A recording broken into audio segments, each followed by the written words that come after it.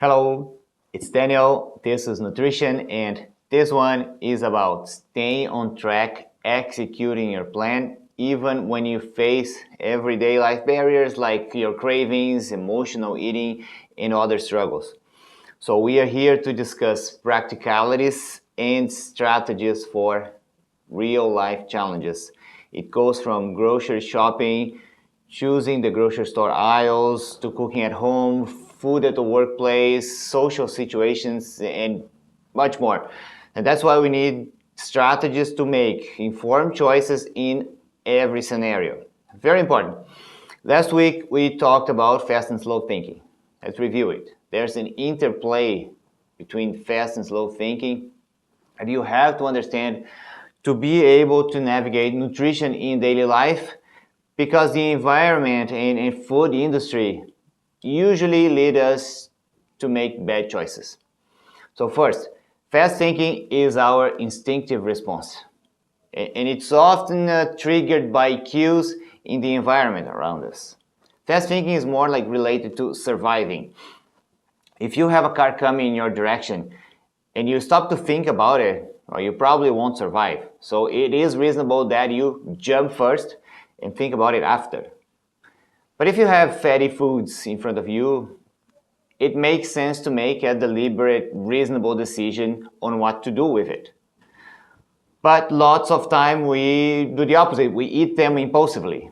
We have an urge to eat it all, which made sense maybe tens of thousands of years ago in a different environment. We can't forget the link between food and human survival when there's scarcity. It's not the case. Now there's too much. So the instincts are built in, and it's really hard to fight them, but we have to bypass them because they are not always the best choice. And that's the role of slow thinking, which is making a deliberate decision after a thoughtful process, considering not just the present but future outcomes. So it's more about reasoning and planning.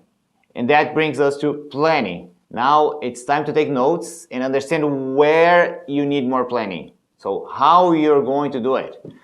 I don't know any better technology than a piece of paper and a pen. Take notes, write what you're going to do, how to get started, and this will help you.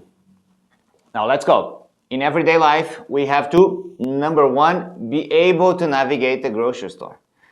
In those chaotic aisles of the grocery store, have a list. Stick to your list and remain open to fresh whole foods because they are harmless at home. You choose a lot of whole foods and you try to shop around the perimeter where the fresh produce, the lean proteins, and dairy are located usually. You only go to the center aisles to get exactly what you need, not to browse. To avoid being tempted by all those visual cues, don't go shopping when you're hungry. Number two, office nutrition, very important. The workplace can be tragic, full of unhealthy snacks and sedentary behavior. You have to pack a good lunch and good snacks, plan a time to have them, and never rely on office snacks. If you skip breakfast, don't have your own snack, don't drink enough water. When somebody brings donuts to the office, you won't resist them. You always have to bring a good option to make sure there is nutritious food available.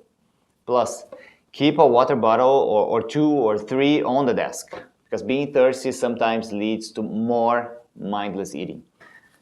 Three, handling social gatherings. Social events always, or almost always, but always revolve around food. So they are challenging for someone trying to maintain a good diet, a good healthy diet. So before heading out, have a meal or a snack with balanced food to curb that hunger. And then in the event, first look around, fill your plate with fruits and vegetables available. Leave the processed stuff and sweets for later. And remember, socializing is about more than food. And with cravings and hunger taken care of, you can make the best of it. You'll be able to focus on conversations and making better connections with people. Four, travel nutrition. Traveling can disrupt your routine, but it doesn't have to be a barrier to your nutrition goals. You can always pack stuff like nuts, seeds, fruits, or dried fruits, a sandwich, or even a can of tuna for the journey. You can research the restaurant menus online, see all the options. The menus are on the website or on Facebook. They are easy to find. They always have a good salad. As the dressing aside, the waiters are used to it. And nowadays, grocery stores and convenience stores always have good snacks to take out. Even the packaged food or fresh stuff like chicken and veggie trays or cups of Greek yogurt with berries, seeds, and nuts. There's no need for hopelessness or negativity when you're traveling. Number 5, handling stress and emotional eating. Stress and emotions can trigger unhealthy eating habits and overeating. So be aware and open to accept that it may be your case. And once you identify that behavior, you have to start looking for other coping mechanisms like exercise, maybe meditation or deep breathing. There's lots of options. Best you can do is keep track of it, keep a journal to track emotional triggers, because it's the only way to find other ways to address this issue. You probably have to try a few alternatives, then review your goals and strategies, and maybe start asking for support from friends, family, or even a mental health professional. 7, practical cooking strategies. You have to optimize your time in the kitchen by batch cooking and freezing portions for later. It all starts with item number 1, grocery shopping, remember? Make sure you have the right foods at home. Then, there's lots of quick and easy recipes available online and also in our meal guide and our website. And you also have to invest in making it convenient, like having a slow cooker or an Instapot or anything you need, even a good knife. Convenience makes it more enjoyable and you're more likely to do it. Number 8, label reading skills, so important. You have to get started now. Get started reading labels because it becomes one of the best habits to help you make informed choices. You always want to know what you put in your body. And you have to look beyond calorie counting and check the ingredients for hidden sugars, artificial additives, or trans fats and more. It doesn't take long to learn what's good and bad, and reading through labels will become something you do really quick in seconds. It takes no time and it is a life-changing skill. Number 10, celebrating small wins, great part of your planning journey. Track and celebrate. First, you need a plan and then you can track your actions. It's all about execution.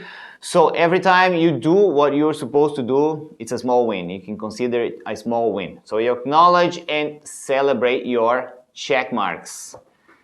It can be resisting treats or consistently sticking to your meal plan. When you are aware of it, it will reinforce positive behavior and it will motivate you to stay on track. So again, take notes. There are lots of challenges in real daily life, so a nutrition plan requires you to be open to changes, to have a level of adaptability and a strategic mindset. Nutrition goals need to go from an abstract idea or plans in your head to more tangible, sustainable habits. It's about progress, and each time you make an informed choice, you move closer to your goal.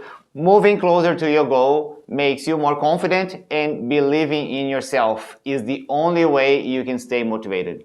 A motivated person gets stuff done and stay resilient regardless of the challenges they're facing. I'm Daniel. That was all for today. Plan ahead and stay healthy. See you next time.